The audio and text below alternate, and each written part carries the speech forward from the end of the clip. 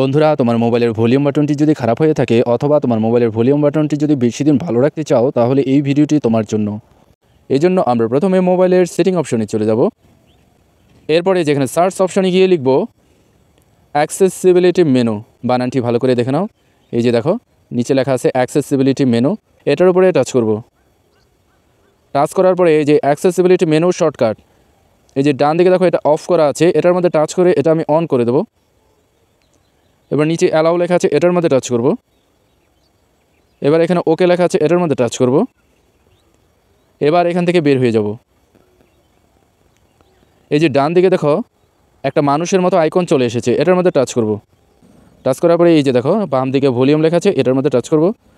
Touch করার পরে এই যে কোনো ভিডিও দেখার সময় কিংবা গান শোনার সময় আমরা ভলিউমটি কম বেশি করে নিতে পারি। এই যেভাবে আমরা বাড়িয়ে নিতে পারি, আবার নিচের দিকে দিলে এটা কমে যাবে। অর্থাৎ মোবাইলে যে ভলিউম বাটনটি আছে সেটি কিন্তু আমরা ব্যবহার না করলেও চলবে।